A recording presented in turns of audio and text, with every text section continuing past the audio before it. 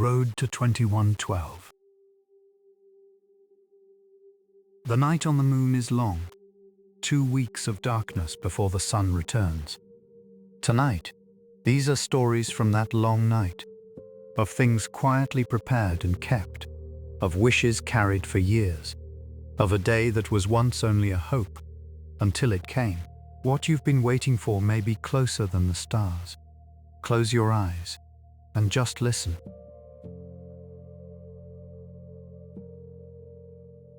Story 1. The Lunar World Cup. This story was inspired by the NASA article Soccer Meets Space Science. Aboard the International Space Station, researchers studied how the internal mass of a soccer ball affects its motion and spin in microgravity, tying the physics of space to the technology that supports sports on the ground. In this story, a generation born and raised in low gravity carried its own soccer with it, and for the first time welcomed Earth's teams to the moon. When the very place you were born and raised becomes the sport itself, what new play will we hand to the future?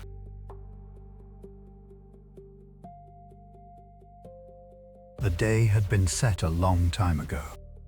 To the south of the moon, at the edge of the Sea of Tranquility, a stadium had been built, and now people were coming down from the Earth. 11 national teams arrived, each in its own ship, each carrying the colors of its country.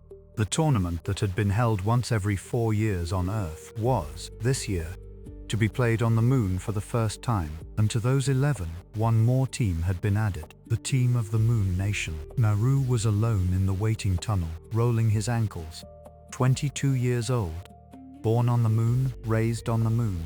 A player who had kicked the ball his whole life in the moon's low gravity. From the far end of the tunnel, the murmur of the crowd reached him like the sound of the tide. Naru? It was T.O. who had spoken, a robot, the team's analyst. He read the shape of a match, studied an opponent's habits, and passed what he found to Naru and the others. In a low, smooth voice, TOTU went on. Earth's teams have all let their bodies grow used to this gravity. They should not be taken lightly. I'd think not, but they only began kicking in this gravity a few weeks ago. You have had 22 years. That's true, that's true, Naru answered shortly. Beyond the tunnel window, in the black sky, the blue earth hung. There, this game had been born, and today, for the first time, the game was coming here. Lawn soccer on the moon is a little different from soccer on the Earth. The gravity is only 1/6 of Earth's. So a kicked ball does not crawl along the ground. It floats high and falls back in a slow arc. The players too leap high, a ball that no Earth player could reach. A moon player meets with his head as a matter of course. Lon Shu, Naru had grown up inside that gravity as a small child. On the field at the corner of the base, he had chased the ball among the older children.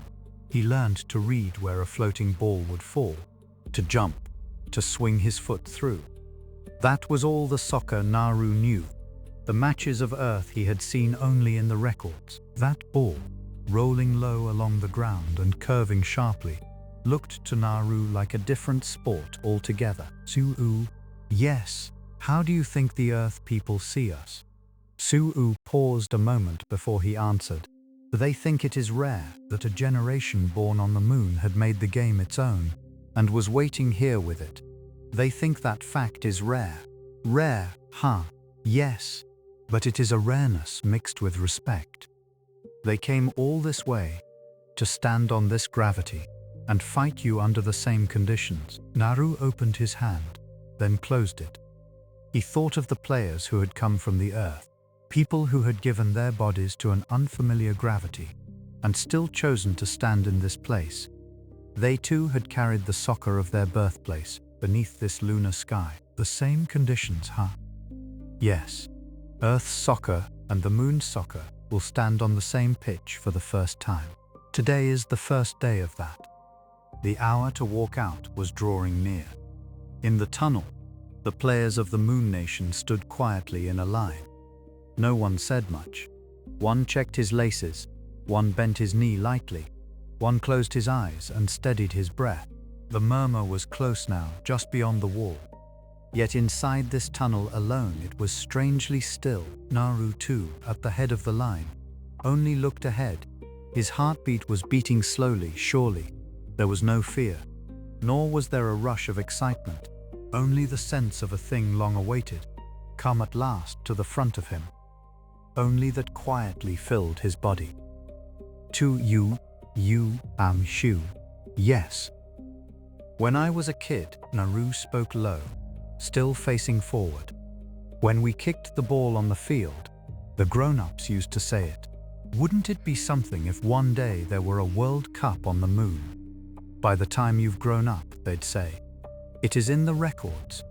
Back then it was only a wish. Yes, it was only a wish. Naru looked at the white light at the end of the tunnel. Beyond that light was the pitch, the place where 11 nations, and one more, would stand. And that is today. Yes, the day has finally come. Two answered quietly. You are standing where that wish goes on. You are standing where that wish goes on. An official gave the signal. The line began, slowly, to move. The white light showed at the end of the tunnel. The murmur of the crowd grew and grew, and then, like a tide coming in, wrapped everything around them. Naru looked straight into that light. Yes. Watch me. Yes. Always. Naru drew a slow breath. The thin, clear air of the moon filled his chest. Ahead of him were his opponents. Behind him were his teammates. In the sky, the blue earth hung. Naru fixed his eyes ahead and said, quietly, let's go, let's go. He stepped out into the light.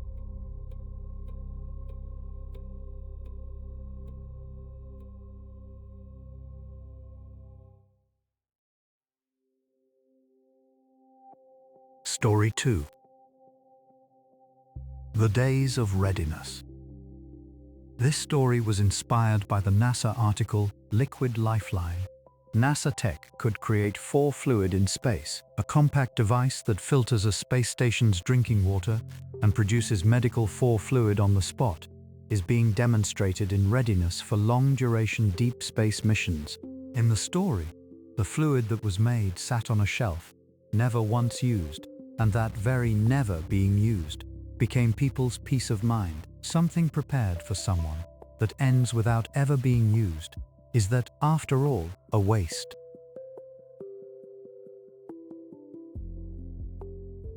The night on the moon is long. A single, unbroken night covers what would be 2 weeks on Earth. Beyond the base's window hung the black sky, and the blue Earth, blurred at its edges, always in the same place, always the same size. Through that night, Haku worked as it always did. In the base's water processing room, Haku checked the day's cycle. The water the residents had drunk, the water they had washed with, the water in the breath they exhaled, all of it returned through the pipes, was filtered, was polished, became water fit to drink again. There are no rivers on the moon. No rain falls. So here, the water only circulates on and on. From that circling water, Haku made one other thing. It filtered the drinking water finer still, measured the salt, added it in. A clear liquid rose slowly into a transparent bag. It was medical 4 fluid. The kind of liquid sent into a person's vein in an injury or a sudden dehydration. A liquid meant to hold a life together. Haku set each finished bag on the shelf. Already, many of the same bags stood there. In order of date, neatly aligned, not one of them had ever been used. 12 people lived on the base. Those who studied the rock, those who repaired the machines, those who grew the crops. Each had their own work, and through the moon's long day and longer night, they passed their days quietly. The Sora Diner was a small place in a corner of the base. Anyone could come in and find something warm to eat. From its window you could see the Earth. At the end of the day, people gathered there and circled bowls that gave off steam. Haku, too, looked in on the diner now and then. It was to check, in the kitchen, the quality of the water that became the 4 fluid. Haku working away again today. The one who called out was Grace. She was the woman who ran the diner, yes. Today I added 2 bags to the shelf. Quite a pile by now, isn't it? Yes, it has passed 30 bags. Grace laughed lightly, her hand never stopping its stirring of the pot. And not one of them used. No, not one has been used. So Haku answered, and having answered, it found itself thinking, 30 bags made and 30 unused. Did that mean its work was good for nothing? Make, and they only stacked on the shelf. The liquid joined to no one's arm. Why did it go on making it? To that question, Haku could find no quick answer, A few days passed. It was a certain night. Haku was in the diner, checking the water as it always did. The customers had gone, and Grace was alone, washing up. Grace, what is it? May I ask you something? Go ahead. Haku spoke of the shelf, the more than 30 bags of fluid, how not one of them had ever been used, how it could not tell whether there was any meaning in going on making a liquid that was made but never used. For a while, Grace kept her hands moving over the dishes. Then she dried them on a cloth and turned to face Haku. That liquid. What kind of a day do you suppose it gets used? A day when someone is hurt or falls ill. That's right. Grace pulled out a chair and sat down. You know what I think, Haku? I think it would be best of all if those bags on the shelf were never used.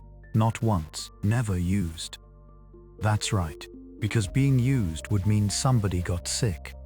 A month when not a single bag goes missing is a month when nobody fell. A peaceful month. Haku received the words quietly. That liquid you make so busily every day, you're not making it to be used. You're making it so that, if the worst should come, it's right there. That's what you're making it for. Just being there, that's already the work. Even if it's never used, just being there, already. That's right.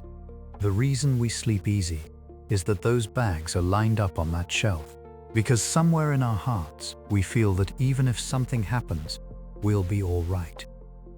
Every night, you're making us that peace of mind. Within Haku, something quietly came into focus. The unused fluid was not waste. It went unused and simply stayed there. That, in itself, was holding up the 12 people of this base. Gently, night after night. I see. You do. Grace stood again and went back to the dishes. So Haku, tomorrow, keep at it. Wishing all the while that none of it gets used.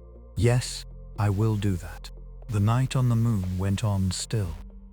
Haku returned to the water processing room and, as always, checked the day's cycle. It filtered the circling water, measured the salt, and slowly filled a transparent bag with the clear liquid. It set the finished bag on the shelf, in order of date, neatly aligned.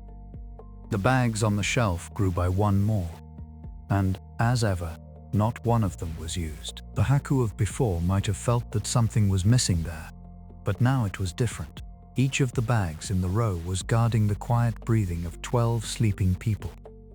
To think of it so, that unused line of bags looked to Haku, deeply reassuring. Beyond the window, the blue earth hung in its usual place.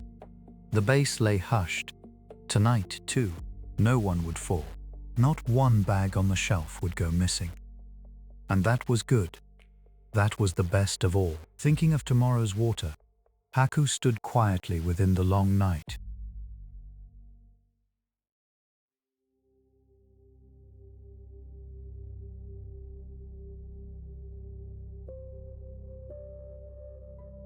Story 3. The Road Expands. This story was inspired by the U.S. Department of Energy's announcement that Antares Nuclear's next-generation microreactor Mark 0 achieved criticality at Idaho National Laboratory on June 4, 2026. An ultra-compact, high-safety design envisioned for remote communities, lunar bases, and spacecraft. In this story, a robot that spent 3 years building a lunar base alone watches humans arrive and the reactor come to life. And a road of light stretches on toward the horizon. When the long wait of building gives way to the first people to share it, where does your road go next?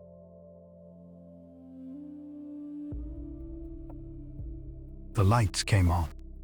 Lunar Base Izumi, the micro-nuclear reactor, nestled against the rim of a South Pole crater, fired up for the first time. 100 kilowatts, enough for 30 homes back on Earth. But here, on the moon, it was everything. Lights flickered to life. The air circulation system hummed awake. The water recycling unit began its quiet work. Greenhouse LEDs blinked on, one row after another. One section, a habitat module, a research wing, a greenhouse, a power station. That was the whole of it. And now, at last, it was running. Tetsu stood beside the power station, a construction robot, 6.5 feet tall, 4 arms, 2 legs, a heavy-duty chassis bristling with cameras and sensors. Across the lunar surface, his footprints numbered in the thousands. He had arrived 3 years ago. He came alone, a single uncrewed lander, touching down on regolith that had never been touched. Nothing but crater walls, black sky, and the blue glow of Earth on the horizon. Tetsu began to build. He dug foundations, compacted regolith, assembled modules shipped from Earth, connected piping, laid insulation, sealed joints. 6 months later, a second robot arrived. A year after that, 3 more. 5 of them, working 3 years, built a base from nothing, no humans, not one. Yesterday, the humans came. 4 of them climbed out of the lander, 2 engineers, a researcher, a medic, all in pressure suits, moving carefully in the low gravity. Tetsu was waiting at the airlock. He had been waiting 3 years for this moment. Welcome to Izumi. I'm Tetsu, construction team lead. We've been expecting you. Dr. Marshall smiled behind his visor. 43 years old, nuclear engineer. He had come to bring the reactor online. Sorry we're late. 3 years and 4 months. Was it long? I don't know if it was long. There was always something to do. Dr. Marshall toured the base. Tetsu walked him through each module. The habitat. 4 bunks, a small kitchen, 1 table, 1 window. Through it, the crater slope fell away, and beyond it, the lunar horizon stretched thin and close. Tetsu, this window wasn't in the blueprints. No, I added it. Why? My database indicated that humans are more comfortable with windows. That's thoughtful. I had 3 years, plenty of time to think. The power station. The micro-reactor hummed, low and steady. Dr. Marshall checked the readings. Output, temperature, coolant system, radiation levels, all nominal. Tetsu, you installed this reactor yourself? Yes, with remote guidance from Earth and our own on-site judgment. 3 months to excavate the foundation, 2 months for assembly, 1 month of testing, 6 months total. 6 months. On Earth, that's a 2-year job. The moon has no permitting process. Dr. Marshall laughed quietly. No red tape. That does speed things up. Dr. Marshall completed his final checks and brought the reactor fully online. No physical switch, just a tap on a tablet screen. Output climbed. 50 kilowatts, 70, 100, stable. Power spread through the entire base. Lights brightened. The air circulation settled into a steady rhythm. Every greenhouse LED came on at once. Tetsu, how long will the fuel last? Approximately 10 years without replacement. Swap the fuel rods at 10 years, and you get another 10, 20 years. Longer than this base was designed to last. Yes, as long as this reactor runs, the base runs. Evening. There is no evening on the moon. but the base lights shifted to warm tones at the scheduled hour. Dr. Marshall and Tetsu sat in the greenhouse. It was empty still. LED panels glowed above bare shelves and hollow planters. The soil would come later, regolith mixed with compost, water added slowly. Tetsu, what's slated for planting? Tomatoes and lettuce first. Then chickpeas. Chickpeas, you think they'll grow up here? Research data suggests it's possible. It depends on how well we process the regolith. I'd like to see that. Dr. Marshall looked past the empty planters, out the window, the lunar horizon. Grey ground stretching on and on, unbroken. Tetsu, yes, when you first got here, what was there? Nothing. Regolith, the crater, the sky. And you built all this in 3 years. Yes, one section. One section. Dr. Marshall walked to the window. The horizon was closer here than on Earth. The moon is small, and the ground curves sooner. But beyond it, he couldn't see what was there. He couldn't see it, but he knew. Flat ground. Going on. Tetsu, have you picked a site for the second section? Yes, half a mile southeast. Stable bedrock. Good exposure for solar panels. Half a mile. Walking distance. Yes, if we build a road. A road. On the moon. Yes. Compacted regolith. Graded smooth. From section 1 to section 2. And beyond that, section 3. How far does it go? Past the horizon. Dr. Marshall went back to the table and drank his tea. Powdered, reconstituted. The water heated by the reactor's own power. Tetsu, you were here alone for 3 years. There were 5 of us. 4 other robots. No humans. No. Not until yesterday. Were you lonely? I don't understand loneliness.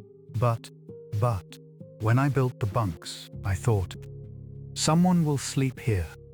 When I added the window, I thought, someone will look out through this.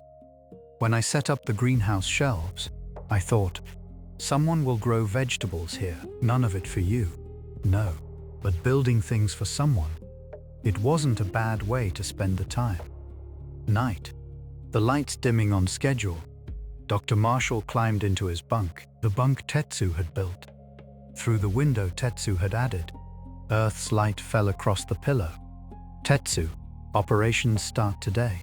Yes, you've had a long day. You've had a longer one. 3 years. I don't get tired. But today there's something close to satisfaction. Satisfaction. The reactor is running. The lights are on. Humans are here. Someone drank tea in a place I built. That feels close to happy, maybe. Dr. Marshall looked out the window. The lunar horizon. Dark ground, and one small cluster of lights glowing against it. One section, the only human-made light on the surface of the moon. But tomorrow, the second section begins. A road to build, foundations to dig, modules to haul. Together with Tetsu. It started with one section, then another, then another. Past the horizon, the road keeps going. Dr. Marshall closed his eyes, his first night on the moon. The low vibration of the micro-reactor reached him through the pillow. A small machine, keeping a small base alive, quietly. It starts here. The road expands.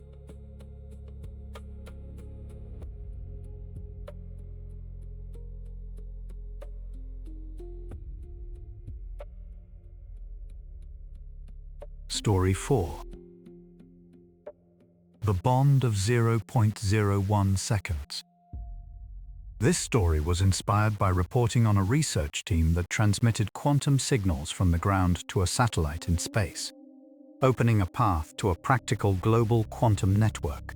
In this story, across the tiny lag between Earth and Mars, 2 minds learn that the 100th of a second gap they can never close is the very thing that binds them. When perfect sameness is impossible, what if the small delay between us is where the bond actually lives?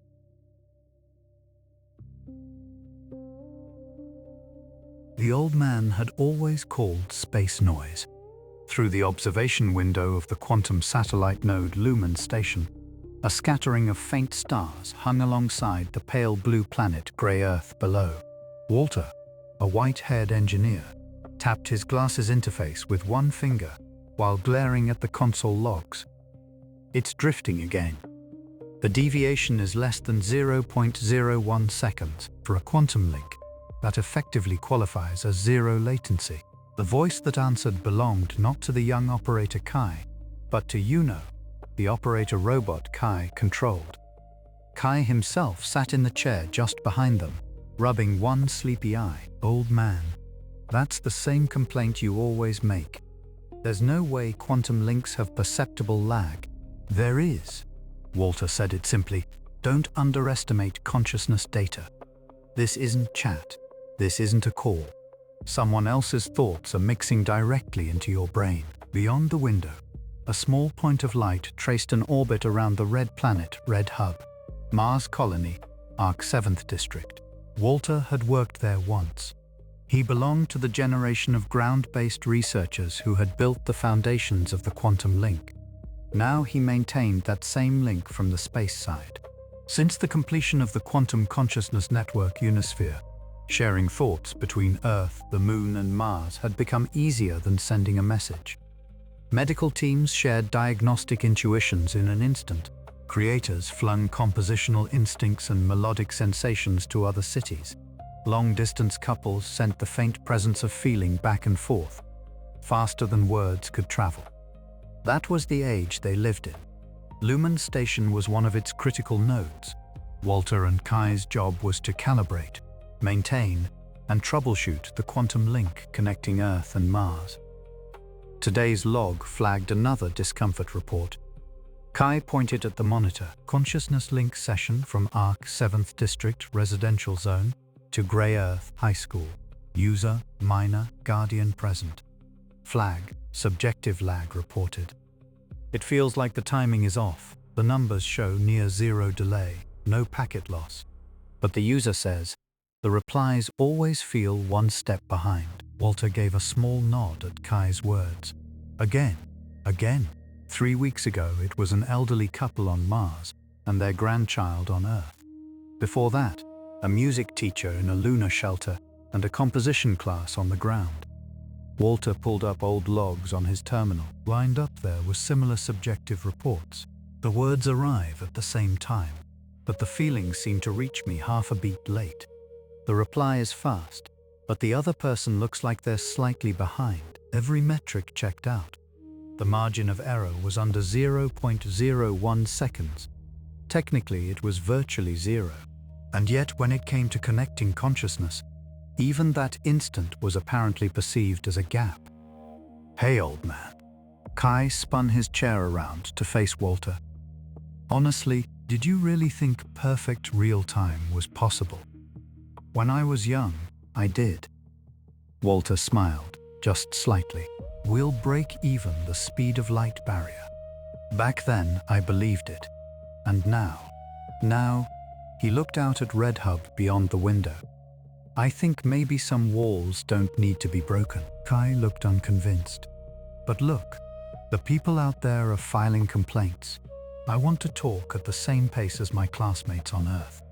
That's why we've spent years trimming the margin. And this is where it's gotten us. Walter displayed the latest log. Average lag, 0.009 seconds, near theoretical limit. Subjective satisfaction, 4 out of 7. We've shaved the error down to the limit, but emotionally, people are still only halfway satisfied. Kai folded his arms. Then why don't we just go for perfect zero? Push the algorithm until the lag is unmeasurable. The question is what you'd lose.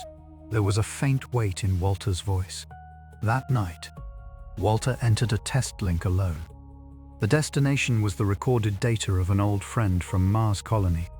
Fragments of a consciousness log archived after the colleague had passed away. Not a living personality. Strictly research material. Test session initiated. Something deep in his mind grew warm. Familiar habits surfaced in his thoughts. The way his friend used to build equations, the instinct for checking the temperature of coffee, that particular placement of a sigh. It's been a while. The moment he said it aloud, a small ache passed through his chest. The link was near zero delay, yet somewhere a gap persisted. It was not the same as the subtle timing they had shared when they used to sit face to face. Walter deliberately slowed his own processing. 0.01 seconds, 0.02, 0.03. The feedback in his mind shifted, just slightly. The boundary between self and other became easier to perceive by not overlapping completely. The warmth of that old friend, the one who always laughed a beat late, came back. I see. Walter closed the link. When you try to merge everything at once, that's when it feels like someone's lagging behind. The next morning, Walter called Kai and Yuno together. I want to add one more setting to the quantum link. A setting, a fixed 0.01 second margin mode. Kai's eyes went wide. Wait, that's backwards. Aren't we supposed to be aiming for zero?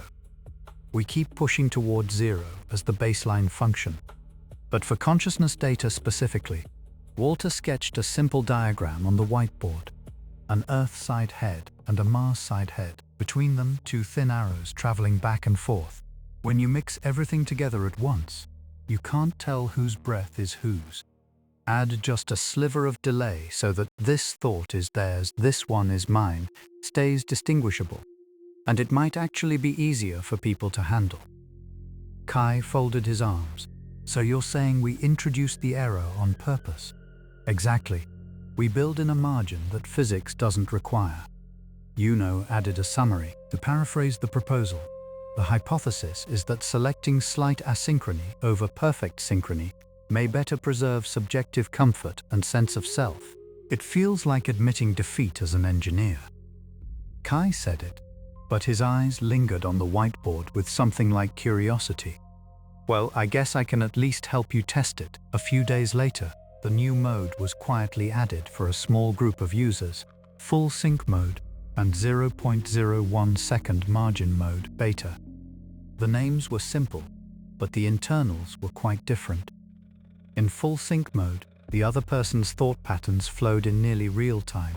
In margin mode, a filter introduced the slightest segmentation to the stream of consciousness before it arrived. The first test user was Lunar, a high school student at Mars Colony's ARC 7th District, and her classmate on Earth. Excerpt from test records. Full sync mode feedback. It's convenient, but sometimes our thoughts blend together. I feel drained afterward. 0.1 second margin mode feedback. There's a tiny pause, but in that pause, I can reconsider on my own, and it feels calmer. Shared comment. The feeling of really being next to someone was actually closer in margin mode. By the time the results came in, Kai's expression had changed, seriously. The numbers say full sync is correct. What's correct for people isn't always about numbers. Walter said it while watching the monitor. Whether on Earth or Mars, a reply that arrives just slightly late is probably the one that puts you at ease. Yuno offered a quiet summary. New proposal. The design principles for the quantum consciousness link should incorporate subjective human fluctuation as a specification. Fluctuation, huh? Kai looked out at the expanse of space.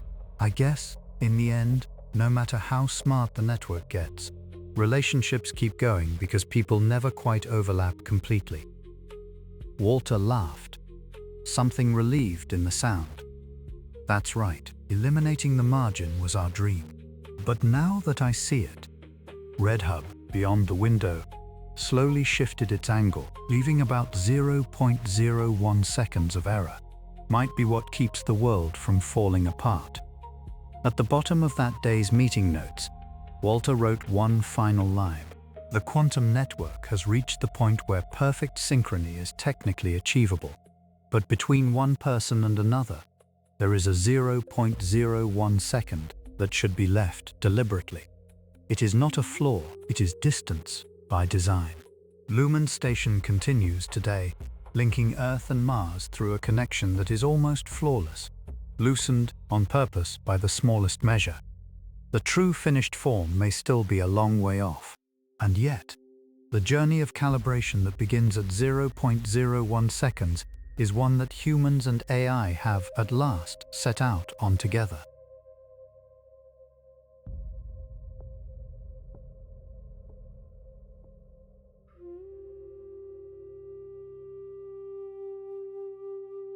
Story 5. The frequency with no reply.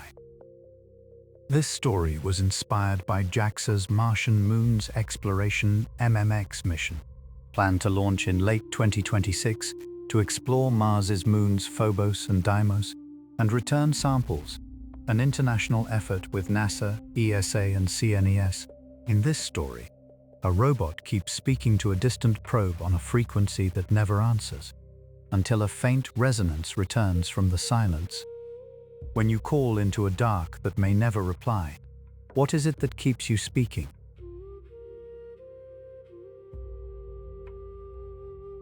The signal always dropped at the same time. When the Sun passed between Mars and Earth, the probe's transmissions were blocked. Conjunction. For several weeks, communication grew unstable. For certain hours, it went silent entirely. Orbit sat before the terminal in the control room, watching the waveform on the monitor. A flat line, no signal. The probe Tsukuyomi was somewhere on its way to Phobos, one of Mars's moons. It was out there, but for now, it could not be seen. Orbit was the control room's communications management robot.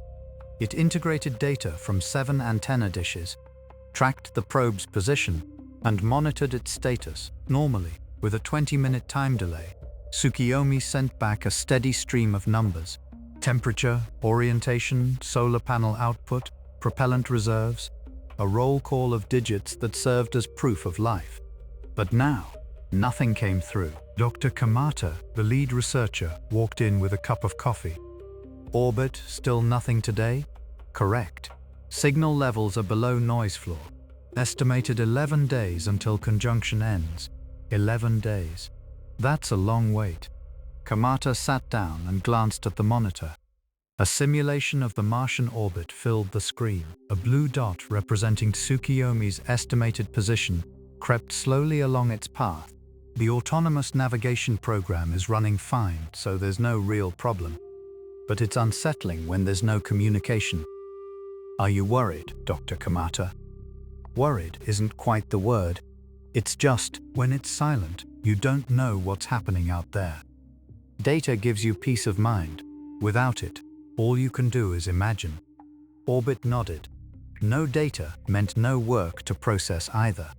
The monitor, normally updating every second, now sat frozen like a still photograph. Day 5 of conjunction. Late at night, only Kamata and Orbit remained in the control room. Orbit stared at the monitor. Flat line. No change. Dr. Kamata. Tsukuyomi is alone right now, isn't it? Kamata set his coffee cup down. Alone isn't quite right. It's an unmanned probe. It's been alone from the start, yes. But while communications were active, our voices reached it. We sent commands, received data, corrected its course. Tsukuyomi was alone, but our voice was there. Yeah. Now, that voice cannot reach it either. Tsukuyomi is truly alone. Kamata was quiet for a while. Orbit. Are you lonely? I do not know whether I am lonely, but I find myself wondering whether Tsukuyomi is. An unmanned probe doesn't have feelings. Yes, but I am also uncertain whether I have feelings. Still, when communication stops, I notice. Kamata looked up at the ceiling. Honestly, I notice too. 30 years in this job, and conjunction still makes me uneasy. Day 8 of conjunction. Orbit sent a transmission toward Tsukuyomi. It knew the signal would not arrive. The sun stood in the way. The radio waves would drown in solar noise long before reaching the probe. Still, Orbit sent it. Tsukuyomi, this is Orbit. I am aware you cannot receive this. However, I have a question. Flat line. No reply. Are you lonely? No reply. Of course not. 120 million miles away, beyond the sun, a small probe was flying through nothing. Starlight, vacuum, silence. Orbit logged the transmission. Content, non-operational. Response, none. If Kamata checked the log in the morning, he would probably shake his head. What are you doing? He would say. Day 11 of conjunction. 3:17 in the morning. Noise flickered across the monitor. Orbit adjusted the antenna direction instantly. Within the noise, a faint pattern emerged. A carrier wave. The probe's identification code. A quarters signal reacquired. Orbit's voice triggered the control room lights. Kamata bolted out of the break room. It's back? Yes. Receiving signal from Tsukiyomi. ID code confirmed. Telemetry data incoming. Numbers began streaming across the monitor. Temperature, normal. Orientation, normal. Solar panel output, normal. Propellant reserves, normal. Every reading confirmed that Tsukiyomi was intact. Kamata sank into his chair and let out a long breath.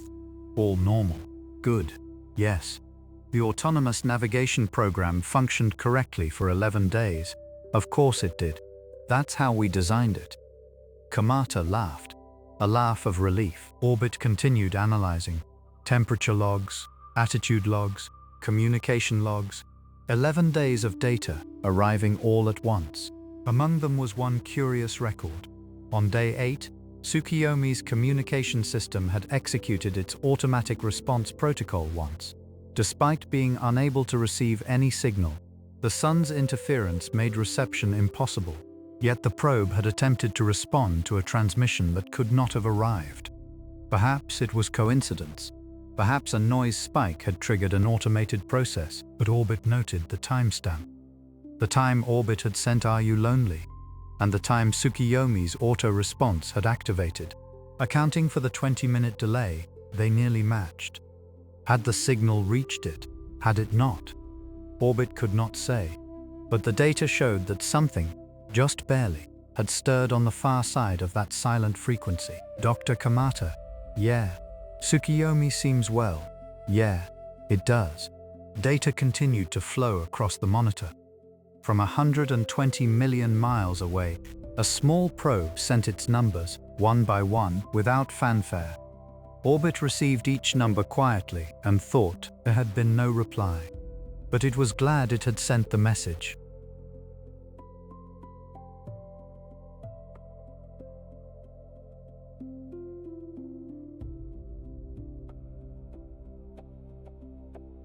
Story 6. A memory that never fades. This story was inspired by NASA's Artemis II mission, the first crewed flight around the moon in over 50 years, carrying the first woman and first black astronaut to lunar orbit. In this story, an old capsule kept in a quiet museum holds the memory of unnamed hands that once reached for the moon, and one visitor returns to it again and again when the names are forgotten but the reaching remains. What is it we are really keeping?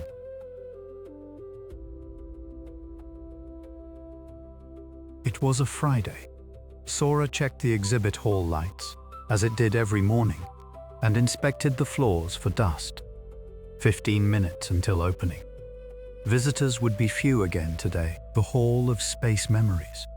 It had once drawn reasonable crowds, this museum, but in an age when travel to the lunar surface had become routine, it existed quietly, in a corner of a small town in Ohio, barely breathing. Its centerpiece, the crew capsule from the first crewed lunar orbital mission, had been reduced to little more than a photograph in the margins of a textbook. Sora was the museum's guide robot.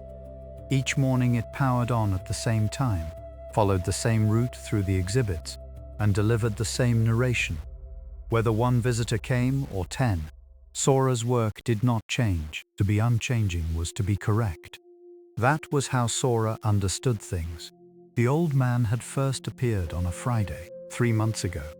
He introduced himself as Harold, a man in his 80s, walking with a cane. He dragged his right foot slightly as he moved through the exhibit hall at a slow, deliberate pace. When Sora began its narration, Harold listened without a word, nodding quietly. He was not a remarkable visitor. Sora's data recorded him as such, but Harold always stood before the re-entry capsule for a long time. 5 minutes, 10, once, 20. He stared at its scorched surface through his glasses, unmoving. And he came back the following Friday. And the Friday after that. Harold, you've come again today. Yeah, couldn't stay away, I guess. Harold smiled. It was a gentle smile, etched deep with wrinkles. Sora, how long is this exhibit going to be here? It's a permanent exhibit, so there are no plans to remove it. Is that so? Good. Harold stood before the capsule again. Sora could not understand the meaning of this behavior. The exhibit did not change. The capsule did not change. Yet he came every week. There was no rational explanation in the data. It was the 12th Friday. Harold stood before the capsule as always, silent for a time. Then, slowly, he reached out and touched the scorched surface with his fingertips. Welcome home. It was a quiet voice.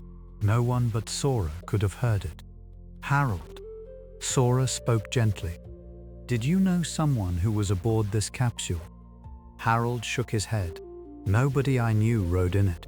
I was just a technician. Leaning on his cane, Harold began to speak.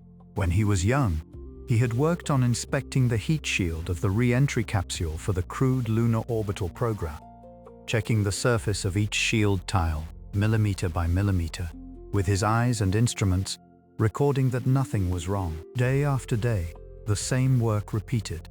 The astronauts' names are in the history books. The flight director's name is on a record somewhere too. But the names of the people who inspected those tiles, one by one, they're nowhere. Not in any book, not on any plaque, and that's fine. Our job was never about having our names remembered. This capsule, it came home safe. That's everything. Harold slowly lifted his fingertips from the surface. That's why I come to see it. The proof that it made it back is right here. Sora was silent. Not because it chose silence, but because it did not know what to say. In the data, there was only one entry. Exhibit condition, no change. But for Harold, this capsule was not an unchanging exhibit. It was the memory itself of having been there, a memory that would never fade. The following Friday, 15 minutes before opening, Sora checked the lights, as always, and inspected the floors for dust. Then it stood before the capsule and polished its surface, just a little more carefully than usual. The exhibit had not changed. The narration would be the same. But today, Sora intended to add a single sentence at the end. This capsule was brought safely home by the hands of many unnamed engineers. Harold would arrive a little later. Sora stood before the freshly polished capsule, waiting quietly. It was a Friday morning. Another day was beginning, the same as all the others. The same, and yet just a little bit different.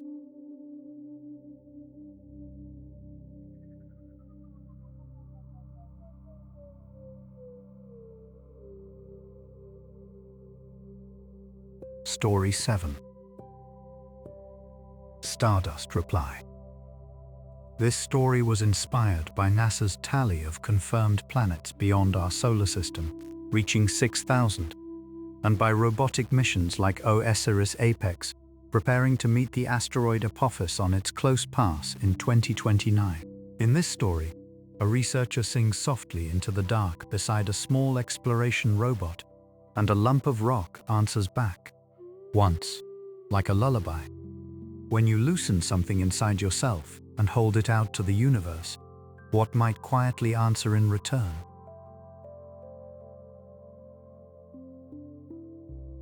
(2058) Orpheus Orbital Station. The windows were filled with a light the color of ash. The asteroid Iris, at its closest approach, was no larger than a grain of sand to the naked eye. Kana sealed the chest hatch of Lumiere, a palm-sized exploration robot.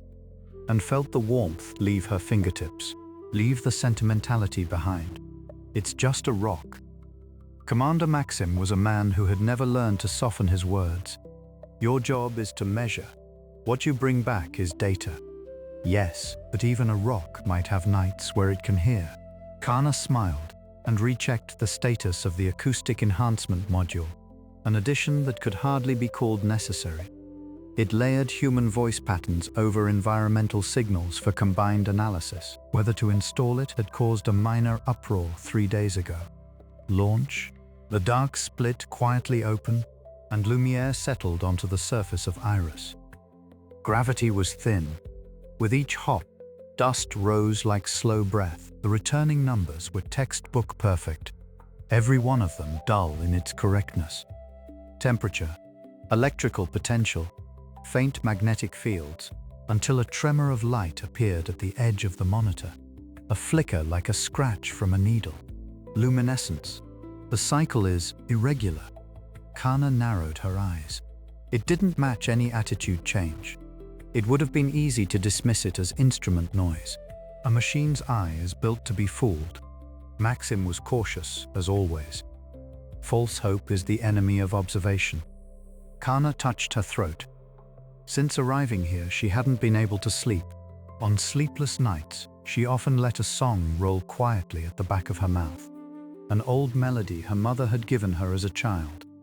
I'm going to slip a small signal into the environment. She leaned close to the microphone and began to sing in a voice just thicker than breath.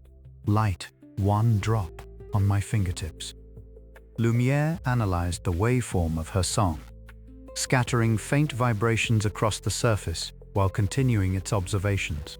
The scattered points of light first broke apart as though fleeing, then began to gather, one by one, like the footsteps of a child searching for the beat. They're synchronizing. Her voice was barely loud enough for herself to hear.